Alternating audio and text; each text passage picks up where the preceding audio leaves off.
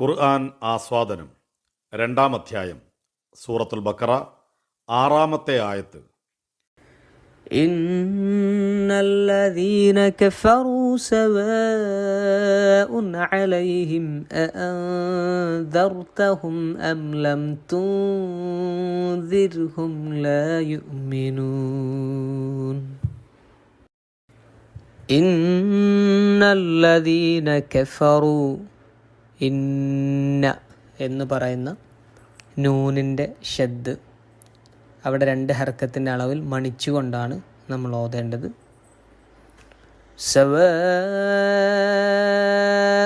എന്ന് നീട്ടാനുണ്ട്. മദ് വാജിബ് മുത്തസിൽ എന്നാണ് പറയാം.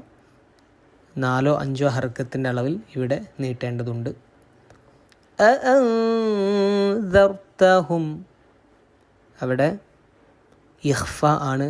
അൻദർത എന്നുള്ളത് ആദർത എന്ന് മറച്ച് മണിച്ചാണ് ഓതുന്നത്. അതുപോലെ തന്നെ അതേ നിയമമാണ് തുൻദിർഹും എന്ന് പറയുമ്പോഴും ഉണ്ടാവുന്നത്. അതോടൊപ്പം തന്നെ തുൻദിർഹും എന്നാണ് പൊതുവെ ഓതി വരാറുള്ള ഒരു തെറ്റ്. തുൻദിർഹും ര എന്ന ശബ്ദമാണ് വരേണ്ടത്. ഇത്രയും കാര്യങ്ങളാണ് ശ്രദ്ധിക്കാനുള്ളത്. അവസാനം യുഅ്മിനൂൻ എന്ന് നീട്ടാനുണ്ട്. 2, 4, 6 ഈ ഏതെങ്കിലും അളവിൽ നമുക്ക് ഇഷ്ടമുള്ളതുപോലെ ഓതാവുന്നതാണ്. ഇന്നല്ലദീന കഫറൂ സവാഉൻ അലൈഹിം അഅൻദർതഹും അം ലം തുൻദിർഹും ലാ യുഅ്മിനൂൻ. നിഷേധിക്കുന്നവരാകട്ടെ, നീ അവർക്ക് താക്കീത് നൽകിയാലും താക്കീത് നൽകിയില്ലെങ്കിലും സമമാണ്.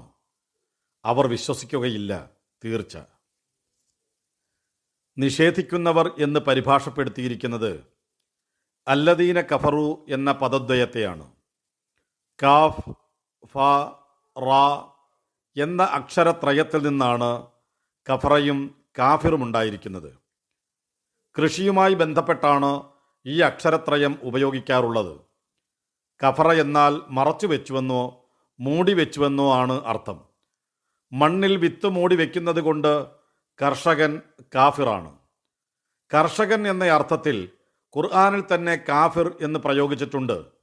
57-ാം അധ്യായത്തിലെ 21-ാം സൂക്തത്തിൽ. പ്രകാശത്തെ മൂടുന്നതിനാൽ ഇരുട്ടിനെ കാഫിർ എന്ന് പൗരാണിക കവിതകളിൽ വിശേഷിപ്പിച്ചത് കാണാം. അള്ളാഹുവിന് ജീവിതത്തെ സമർപ്പിക്കുകയാണ് ഇസ്ലാം. അത് സ്വീകരിച്ചവനെ ഖുർആൻ മുസ്ലിം എന്ന് വിളിക്കുന്നു. അത് സ്വീകരിക്കാത്തവരെ മൊത്തത്തിൽ വിളിക്കുവാൻ ഖുർആനിന് ഒരു പദം ആവശ്യമുണ്ട്. അതിനുപയോഗിച്ച പദം തന്നെയാണ് കാഫിർ. മനുഷ്യപ്രകൃതിയുടെ തേട്ടമാണ് ഇസ്ലാം. പ്രപഞ്ച സ്രഷ്ടാവിനെ മനസ്സിലാക്കുകയും അവൻ്റെ മാത്രം ആരാധ്യത അംഗീകരിക്കുകയും ചെയ്യുന്നതാണ് കളങ്കമില്ലാത്ത മനുഷ്യപ്രകൃതി. ഈ പ്രകൃതിയെ മറച്ചു വയ്ക്കുകയാണ് അത് സ്വീകരിക്കാത്തവൻ ചെയ്യുന്നത്. അവൻ്റെ അകം അവനോട് ആവശ്യപ്പെടുന്നതിനെ പുറം കൊണ്ട് മൂടുകയാണവൻ. ശരിയെന്ന് തൻ്റെ മനസ്സ് സമ്മതിക്കുന്ന സത്യത്തെ മറച്ചു വയ്ക്കുന്നവൻ. ഏതെങ്കിലും ഒരു സമൂഹത്തെ മൊത്തത്തിൽ പുലഭ്യം പറയുന്ന രീതി ഖുർആനിലില്ല. പടച്ചവന് ചില പങ്കുകാരുണ്ടെന്ന് വിശ്വസിക്കുന്നവരാണ് തങ്ങളെന്ന് അംഗീകരിക്കുന്ന മക്കയിലുള്ളവരെ ഖുർആൻ വിളിച്ചിരിക്കുന്നത് മുശ്രിക്കുകൾ അഥവാ ബഹുദൈവവാദികൾ എന്നാണ്. അതിൽ അവർക്ക് അരാജകത്വമൊന്നും തോന്നിയിട്ടില്ല. ത്രിയേകത്വത്തിൽ വിശ്വസിക്കുകയും യേശു ദൈവപുത്രനാണെന്ന് വാദിക്കുകയും ചെയ്യുന്നവർ യഥാർത്ഥത്തിൽ പടച്ചവനിൽ പങ്കുചേർക്കുകയാണ് ചെയ്യുന്നതെന്ന് ഖുർആൻ പറയുന്നുണ്ട്. 5-ാം അധ്യായത്തിലെ 72, 73 സൂക്തങ്ങൾ. എന്നാൽ തങ്ങൾ ചെയ്യുന്നത് ശിർക്കാണെന്ന് അംഗീകരിക്കാത്ത അവരെ മുശ്രിക്കുകൾ എന്ന് ഖുർആൻ വിളിക്കുന്നില്ല. അവരെ വിളിക്കുന്നത് അവർക്ക് കൂടി ഇഷ്ടമുള്ള വേദഗ്രന്ഥത്തിൻ്റെ വക്താക്കൾ അഥവാ അഹ്ലുൽ കിതാബ് എന്നാണ്.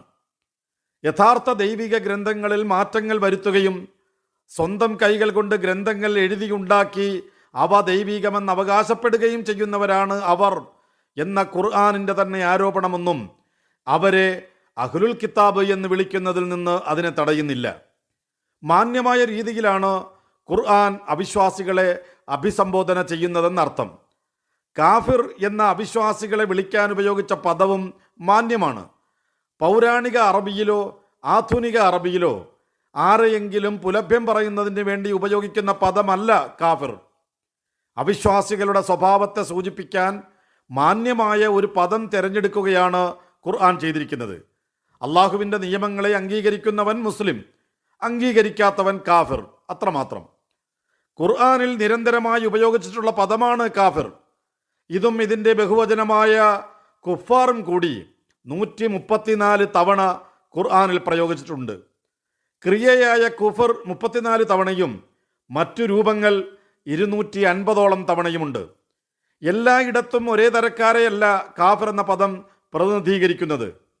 സത്യനിഷേധികളിലെ പ്രത്യേകക്കാരെ ഉദ്ദേശിച്ചുകൊണ്ടാണ് പല സ്ഥലങ്ങളിലും അങ്ങനെ പ്രയോഗിച്ചിരിക്കുന്നത്. അവിശ്വാസം, സത്യനിഷേധം എന്നീ അർത്ഥങ്ങളിൽ കുഫർ എന്ന രൂപത്തിലും നന്ദികേട് എന്ന അർത്ഥത്തിൽ കുഫ്രാൻ എന്ന രൂപത്തിലുമുള്ള പ്രയോഗങ്ങൾ കാണാം. ഈ രണ്ടർത്ഥങ്ങളിലും കുഫൂർ എന്നുപയോഗിച്ചിട്ടുണ്ട്. ഈമാൻ അഥവാ സത്യവിശ്വാസത്തിൻ്റെ വിപരീതമായി കുഫർ എന്നും മുഅ്മിൻ അഥവാ സത്യവിശ്വാസിയുടെ വിപരീതമായി കാഫിർ എന്നും പരക്കെ ഉപയോഗിക്കപ്പെട്ടിട്ടുണ്ട്. അതുപോലെ നന്ദി അഥവാ ശുക്റിൻ്റെയും നന്ദിയുള്ളവൻ അഥവാ ഷാക്കിറിൻ്റെയും വിപരീതമായി കുഫർ, കാഫിർ എന്നിങ്ങനെ പ്രയോഗിച്ചതായും കാണാം. സത്യവിശ്വാസികളല്ലാത്തവരെ മൊത്തത്തിൽ വിളിച്ച പേരാണ് കാഫിർ എങ്കിലും എല്ലാ കാഫിറുകളും ഒരേപോലെയല്ലെന്ന് ഖുർആനിലെ പ്രയോഗങ്ങളിൽ നിന്ന് തന്നെ മനസ്സിലാവും. അറിയാതെ നിഷേധിക്കുന്നവർ, അജ്ഞത കൊണ്ട് വിരോധം വെച്ച് പുലർത്തുന്നവർ, സത്യമാണെന്ന് മനസ്സിലായ ശേഷവും ധിക്കാരവും പരിഹാസവും കൊണ്ട് നിഷേധിക്കുന്നവർ, ശാസ്ത്രവത്തോടെ വിശ്വാസികളെ നശിപ്പിക്കാൻ ശ്രമിക്കുന്നവർ എല്ലാവരും കാഫിറുകൾ തന്നെ. പക്ഷേ ഓരോരുത്തരെയും അഭിമുഖീകരിച്ചുകൊണ്ടുള്ള പടച്ചവൻ്റെ ശൈലി വ്യത്യസ്തമാണ്. അവരോടുള്ള വിശ്വാസികളുടെ നിലപാടുകളും വ്യത്യസ്തമാവണമെന്നാണ് ഖുർആനിൻ്റെ അനുശാസന. ഫാത്തിഹയിൽ വെച്ച് ദാസൻ നാഥനോട് ഹിദായത്ത് ചോദിച്ചപ്പോൾ ആവശ്യപ്പെട്ടത് തന്നെ അനുഗ്രഹീതരുടെ മാർഗത്തിലാക്കണം എന്ന് മാത്രമായിരുന്നില്ല, കോപത്തിന് വിധേയമായവരുടെയും വഴിപിഴച്ചവരുടെയും മാർഗത്തിലാക്കരുത് എന്നുകൂടിയായിരുന്നു. അനുഗ്രഹീതരുടെ മാർഗത്തിലാകണമെങ്കിൽ മുത്തക്കിയാകണമെന്നും അങ്ങനെയാകുന്നവരുടെ ജീവിതത്തിന് മൊത്തത്തിൽ വഴികാട്ടിയായി അവർക്ക് മുന്നിൽ ഖുർആൻ ഉണ്ടാവുമെന്നും ആദ്യത്തെ പഞ്ചസൂക്ത ചക്രത്തിൽ അള്ളാഹു വ്യക്തമാക്കി. അള്ളാഹുവിൻ്റെ ശാപത്തിന് പാത്രമായവരുടെ മാർഗത്തിൽ നിന്ന് മാറി നിൽക്കാൻ അനുഗ്രഹിക്കണമെന്നാണ് വിശ്വാസിയുടെ അടുത്ത പ്രാർത്ഥന. അള്ളാഹു ശപിച്ചവരെന്നാൽ ഒരിക്കലും നന്നാകാൻ സാധ്യതയില്ലാത്തവരാണ് അതിനർത്ഥം. സത്യമെന്താണെന്ന് മനസ്സിലാക്കിയതിനു ശേഷവും അത് സ്വീകരിക്കാതിരിക്കുകയും അതിനെതിരെ കുതന്ത്രങ്ങൾ മെനയുകയും ചെയ്യുന്നവരാണവർ. മുത്തക്കിയുടെ നേർ വിപരീതം. അറിവില്ലായ്മ കൊണ്ട് സത്യം സ്വീകരിക്കാത്തവരെ കാര്യങ്ങൾ പറഞ്ഞ് മനസ്സിലാക്കാൻ കഴിയും. തങ്ങൾക്ക് സത്യമെന്നറിയാനാവുന്ന കാര്യങ്ങൾ അഹങ്കാരം മൂലം നിഷേധിക്കുന്നവരുടെ സ്ഥിതി അതല്ല. അവർ ഉറക്കം നടിക്കുന്നവരാണ്. അവരെ ഉണർത്താൻ ആര് വിചാരിച്ചാലും കഴിയില്ല. സ്വയം സത്യത്തോട് പുറംതിരിഞ്ഞു നിൽക്കുന്നതോടൊപ്പം അവർ നിഷ്കളങ്കരെ വഴികേടിലാക്കാൻ പരിശ്രമിക്കുകയും ചെയ്യുന്നു. അവരെയാണ് അള്ളാഹു ശപിച്ചത്. കാഫിറുകളിൽ ഏറ്റവും കഠിനം അവരാണ്. നന്നാകാൻ യാതൊരു സാധ്യതയുമില്ലാത്തവർ. അവരെയാണ് ഈ വചനം കാഫിർ എന്ന് വിശേഷിപ്പിച്ചിരിക്കുന്നത്. മദീനയിലെ പ്രബോധിതരിൽ പ്രധാനികളായിരുന്നു അവിടെ ഉണ്ടായിരുന്ന 3 പ്രബലരായ യഹൂദ ഗോത്രങ്ങൾ. പടച്ചവൻ ഏകനാണെന്നും അവനെ മാത്രമേ ആരാധിക്കാവൂ എന്നും അറിയുന്നവർ, തങ്ങളുടെ പക്കലുള്ള വേദഗ്രന്ഥം പാരായണം ചെയ്യുന്നവർ, പ്രവാചകന്മാരെ പരിചയമുള്ളവർ, തങ്ങളുടെ പക്കലുള്ള ഗ്രന്ഥങ്ങളിൽ നിന്ന് അന്തിമ പ്രവാചകനെ മനസ്സിലാക്കാൻ കഴിയുന്നവർ. അവർക്കറിയാം മുഹമ്മദ് നബി സല്ലല്ലാഹു അലൈഹി വസല്ലം കൊണ്ടുവന്ന സന്ദേശം സത്യമാണെന്ന്. അവർക്കറിയാം അദ്ദേഹം ദൈവദൂതനാണെന്ന്. പക്ഷേ അദ്ദേഹത്തെ സ്വീകരിക്കാൻ അവർ സന്നദ്ധരല്ല. കാരണം എന്താണ്? വെറും അഹങ്കാരം. മുഹമ്മദ് നബി സല്ലല്ലാഹു അലൈഹി വസല്ലം വന്നത് ഇസ്രായേലിയർക്കിടയിൽ നിന്നായിരുന്നില്ല എന്ന കുറവ് മാത്രമേ അവർക്ക് പറയാനുള്ളൂ. തെളിവുകളെല്ലാം അറിയാം, പക്ഷേ അവർ സ്വീകരിക്കാൻ ഒരുക്കമല്ല. ദുർമാർഗം വാങ്ങുന്നവർ, വിശ്വാസികളെ പിഴപ്പിക്കാൻ ശ്രമിക്കുന്നവർ, ഞങ്ങൾ കേൾക്കുകയും ധിക്കരിക്കുകയും ചെയ്യാമെന്ന് പറഞ്ഞവർ, നാവുകൾ വളച്ചൊടിച്ച് വേദവാക്യങ്ങളെ വികലമാക്കുന്നവർ, അങ്ങനെ അള്ളാഹുവിൻ്റെ ശാപം ലഭിച്ചവർ. ഇതാണ് യഹൂദരെക്കുറിച്ച് ഖുർആൻ പറയുന്നത് 4-ാം അധ്യായത്തിലെ 44-ാം വചനം മുതൽ 46-ാം വചനം വരെ.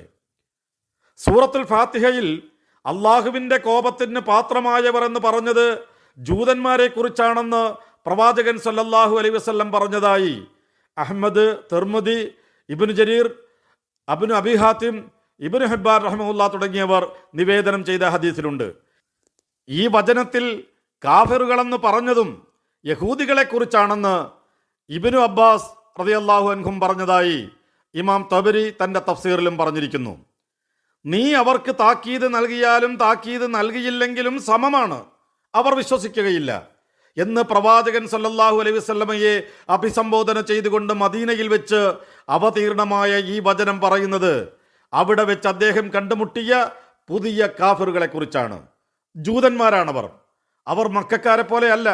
മക്കയിലെ കാഫിറുകൾക്ക് മുഹമ്മദ് നബി സല്ലല്ലാഹു അലൈഹി വസല്ലമയോട് ശത്രുത ഉണ്ടായിരുന്നു എന്നത് നേരാണ്. പലരുടെയും ശത്രുത അറിവില്ലായ്മ കൊണ്ടായിരുന്നു. അവരുടെ മനസ്സിലെ അന്ധകാരമായിരുന്നു സത്യമാർഗം അംഗീകരിക്കുന്നതിൽ നിന്ന് പലരെയും തടഞ്ഞത്. അവർക്ക് വെളിച്ചം ലഭിച്ചതോടെ അവരിൽ മിക്കവരും പ്രവാചകന്റെ അനുചരന്മാരാവുകയും ചെയ്തു. എന്നാൽ ജൂതന്മാർ അങ്ങനെയായിരുന്നില്ല. അവർക്ക് സത്യമറിയാം. അഹങ്കാരം കൊണ്ട് മാത്രം സത്യം സ്വീകരിക്കുവാൻ സന്നദ്ധരല്ലാത്തവരായിരുന്നു അവർ. അവരിൽ വളരെ നിഷ്കളങ്കരായ ഏതാനും പേരൊഴിച്ച് മിക്കവരും ജീവിതാന്ത്യം വരെ ഇസ്ലാമുമായി ശത്രുതയിൽ തന്നെയാണ് കഴിഞ്ഞത്. പൂർണ്ണമായ സ്വാതന്ത്ര്യം നൽകിയിട്ടും അവർ മദീനയെ ചതിച്ചു. മാപ്പ് നൽകി നാടുകടത്തിയിട്ടും അവർ ഖൈബറിൽ വെച്ച് മദീനയ്ക്കെതിരെ യുദ്ധസന്നാഹങ്ങൾ ഉണ്ടാക്കി. ഉപദേശം ഫലപ്പെടാത്ത വിധം മനസ്സ് കടുത്തുപോയവർ അവരാണ് കാഫിറുകളിൽ ഏറ്റവും കഠിനരായവർ. നന്നാവില്ല എന്ന് തീരുമാനിച്ചവർ. അവരോട് ഒന്നും പറഞ്ഞിട്ട് കാര്യമില്ല, അവർ വിശ്വസിക്കുകയില്ല. സത്യമാണെന്നറിഞ്ഞതിനു ശേഷവും നിഷേധിക്കുന്ന സ്വഭാവമാണ് ജൂതന്മാരെ അള്ളാഹുവിൻ്റെ കോപത്തിന് പാത്രമാക്കിയത്. അതേ സ്വഭാവം ആർക്കുണ്ടായാലും അത് ദൈവകോപത്തിന് നിമിത്തമാകും. ഇസ്ലാം സത്യമാണെന്ന് വെളിപ്പെടുത്തുന്ന രീതിയിൽ തങ്ങൾക്ക് പ്രതിവാദം ഉന്നയിക്കാൻ കഴിയാത്ത ഒരു തെളിവ് ലഭിച്ചാൽ അത് സ്വീകരിക്കുന്നതിന് പകരം മറ്റൊരു വിമർശനം കണ്ടെത്താൻ ശ്രമിക്കുകയാണ് അവർ ചെയ്യുക. സത്യത്തോട് പുറംതിരിഞ്ഞു നിൽക്കുന്ന ഈ നിഷേധം കാഫിറുകളിൽ ഏറ്റവും കാഠിന്യമുള്ളവരായി അവരെ മാറ്റും. അവരോട് പിന്നെ ഉപദേശിക്കുന്നത് കൊണ്ടോ മുന്നറിയിപ്പ് നൽകുന്നത് കൊണ്ടോ യാതൊരു ഫലവുമില്ല. അവർ നന്നാവില്ല. ഉറക്കം നടിക്കുന്നവരെ ഉണർത്താനാവില്ലല്ലോ. താക്കീത് നൽകിയാലും ഇല്ലെങ്കിലും ഒന്നും അവർ വിശ്വസിക്കുകയില്ലെന്ന് പറഞ്ഞത് അത്തരക്കാരെക്കുറിച്ചാണ്, സാധാരണ അവിശ്വാസികളെക്കുറിച്ചല്ല. തൻ്റെ പ്രബോധിതരിൽ തനിക്കിഷ്ടപ്പെട്ട ചിലർ സത്യം മനസ്സിലാക്കിയിട്ടും അത് സ്വീകരിക്കാൻ സന്നദ്ധമാവുന്നില്ലെന്നത് പ്രവാചകനെ അലോസരപ്പെടുത്തിയിരുന്നു. അതേക്കുറിച്ചാണ് ഖുർആൻ അവരെ നേർവഴിയിലാക്കേണ്ടത് താങ്കളല്ല, അള്ളാഹുവാണ് അവനിച്ഛിക്കുന്നവരെ നേർവഴിയിലാക്കുക എന്ന് 2-ാം അധ്യായത്തിലെ 272-ാം സൂക്തത്തിലും താങ്കൾ ഇച്ഛിക്കുന്നവരെ നേർവഴിയിലാക്കാൻ താങ്കൾക്ക് കഴിയില്ല എന്ന് 28-ാം അധ്യായത്തിലെ 56-ാം വചനത്തിലും പറഞ്ഞത്. പ്രവാചകന്റെ പ്രബോധനത്തിന്റെ കുഴപ്പം കൊണ്ടല്ല, സത്യത്തോട് പുറംതിരിഞ്ഞു നിൽക്കുന്ന അവരുടെ സമീപനം കാരണം അള്ളാഹു തന്നെയാണ് അവർക്ക് വഴികേട് വിധിച്ചതെന്ന് വ്യക്തമാക്കുന്ന ബഖറയിലെ 6-ാം വചനം പ്രവാചകനെ ആശ്വസിപ്പിച്ചുകൊണ്ടുകൂടിയുള്ളതാണ്. സത്യം മനസ്സിലാക്കിയിട്ടും അത് സ്വീകരിക്കാത്തവരെ കുറിച്ച് ആലോചിച്ച് ഖിന്നനാവേണ്ടവനല്ല. എല്ലാവർക്കും സത്യസന്ദേശം എത്തിക്കുകയെന്ന തൻ്റെ ദൗത്യ നിർവഹണവുമായി മുന്നോട്ട് പോകേണ്ടവനാണ് പ്രവാചകൻ എന്ന സന്ദേശം കൂടി ഇതിലുണ്ട്. പ്രബോധിതരുടെ പ്രതികരണങ്ങൾ പ്രബോധകരുടെ വീര്യം കെടുത്തുകയോ നിരാശരാക്കുകയോ ചെയ്യേണ്ടതില്ലെന്ന പാഠം എല്ലാ കാലത്തേക്കുമുള്ളതാണ്. സത്യം സ്വീകരിക്കുകയില്ല എന്ന വാശി കാരണം അള്ളാഹു തന്നെ വഴികേടിലാക്കിയവരുടെ പ്രതികരണങ്ങൾ പ്രബോധകർ നിരാശരാകുന്നതെന്തിന്? അത്തരക്കാർ എന്നും അങ്ങനെയായിരുന്നു, എന്നും അങ്ങനെ ആയിരിക്കുകയും ചെയ്യും.